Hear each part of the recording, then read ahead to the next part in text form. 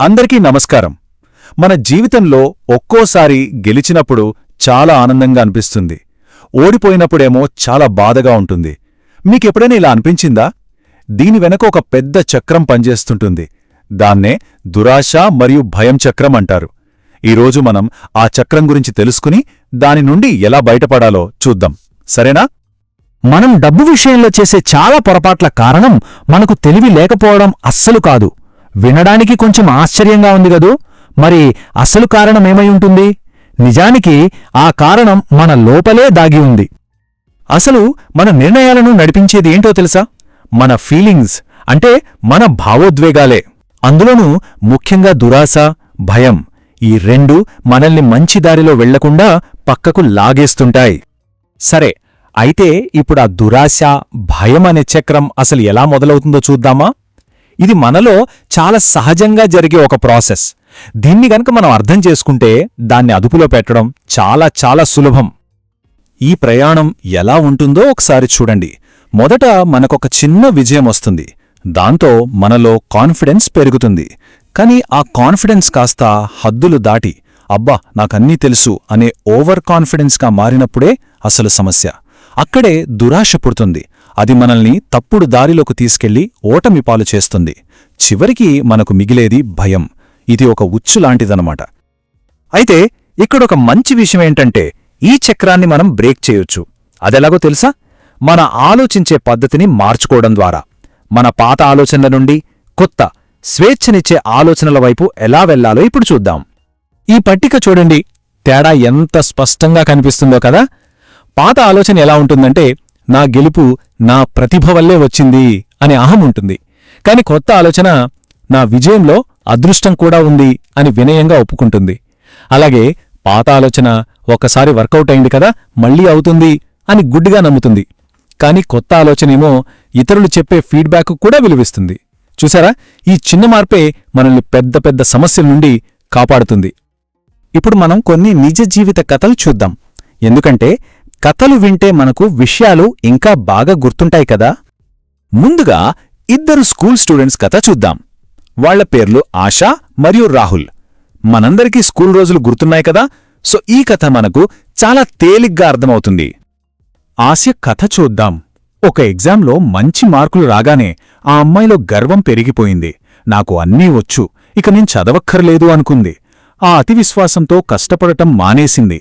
మరి ఫలితమేమైందో తెలుసా? నెక్స్ట్ ఎగ్జామ్లో ఫెయిల్ అయిపోయింది. గెలుపు తెచ్చిన ఆనందం కాస్త ఓటమి తెచ్చిన భయంగా మారిపోయింది. పాపం గదా. ఇప్పుడు రాహుల్ కథ చూద్దాం. రాహుల్కి కూడా మంచి మార్కులొచ్చాయి. కాని అతను ఆశలాగా గర్వపడలేదు. అతను డిసిప్లిన్గా ముందు ఎలా కష్టపడి చదివాడో అలానే చదవడం కంటిన్యూ చేశాడు. టీచర్లు చెప్పిన సలహాలు కూడా విన్నాడు. దానివల్ల అతని ఎదుగుదల చాలా స్థిరంగా సాగింది.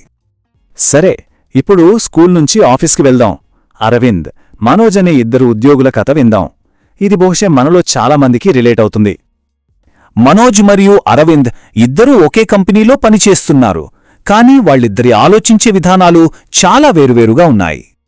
ఈ రెండు దారుల మధ్య తేడా చూడండి. మనోజ్కి ఒక్కసారి మెచ్చుకోలు రాగానే గాలిలో తేలిపోయాడు. తనను తాను ఇంప్రూవ్ చేసుకోకుండానే నాకు ప్రమోషన్ ఇవ్వాల్సిందే అని డిమాండ్ చేశాడు. అది జరగకపోయేసరికి అతనిలో కోపం, భయం మొదలయ్యాయి. మరోవైపు అరవిందున్నాడు. అతను మెచ్చుకోళ్లను వినయంగా తీసుకుని ఇంకా నేర్చుకోవటం మీద దృష్టి పెట్టాడు. అతని ఎదుగుదల నెమ్మదిగా ఉన్నా అది చాలా స్థిరంగా, బలంగా ఉంది. ఇప్పుడు చివరిగా రమేష్ మరియు సురేష్ అనే ఇద్దరు బిజినెస్ ఓనర్ల కథ చూద్దాం. ఉదాహరణకు ఒక చిన్న కిరాణా కొట్టు యజమాని కథలా ఊహించుకోండి. ఓకేనా? సురేష్, రమేష్ ఇద్దరూ తమ వ్యాపారంలో మంచి సక్సెస్ చూశారు. కాని ఆ విజయాన్ని ఒకరు వేగంగా రెట్టింపు చెయ్యాలని చూశారు, మరొకరేమో దాన్ని నిలబెట్టుకోవాలని చూశారు. వాళ్ల దారులు ఎలా వేరయ్యాయో చూద్దాం. ఈ మూడు కథల నుండి మనం నేర్చుకోవాల్సిన ఒకే ఒక్క ముఖ్యమైన పాఠమేంటంటే బ్యాలెన్స్. అంటే సమతుల్యత అనేది చాలా ముఖ్యం. విజయం వచ్చినప్పుడు గర్వపడకుండా, అపజయం వచ్చినప్పుడు కుంగిపోకుండా ఉండటమే అన్నింటికన్నా ముఖ్యం. ఇప్పటిదాకా మనం సమస్య ఏంటో చూశాం. ఇప్పుడు దాన్ని బ్రేక్ చేసే సింపుల్ మార్గాన్ని చూద్దాం. ఈ దురాశ, భయం అనే ఉచ్చు నుండి బయటపడ్డం ఎంత తేలికో మీరే చూడండి. ఈ కొత్త ఆలోచనా విధానం మన జీవితానికి ఏమిస్తుందో చూడండి. మనం పెద్ద పెద్ద తప్పులు చేయకుండా ఆగిపోతాం. మన ఫీలింగ్స్ మన కంట్రోల్లో ఉంటాయి. అన్నింటికన్నా ముఖ్యంగా మన జీవితంలో ప్రశాంతత, స్థిరత్వం వస్తాయి. ఇవి మనకు మనమిచ్చుకునే చాలా విలువైన బహుమతులు. ఇప్పుడు నేను మీకు ఒక చాలా సింపుల్ అండ్ ఈజీ చిట్కా చెప్తాను. దీన్ని ఎవరైనా ఎప్పుడైనా పాటించవచ్చు. దీని పేరు మ్యాజిక్ పాజ్. ఏదైనా పెద్ద నిర్ణయం తీసుకునే ముందు, ముఖ్యంగా రిస్క్ తీసుకునే ముందు ఒక్క సెకను ఆగండి. మిమ్మల్ని మీరు ఇలా అడగండి, ఇది నా కాన్ఫిడెన్సా లేక నా దురాశ?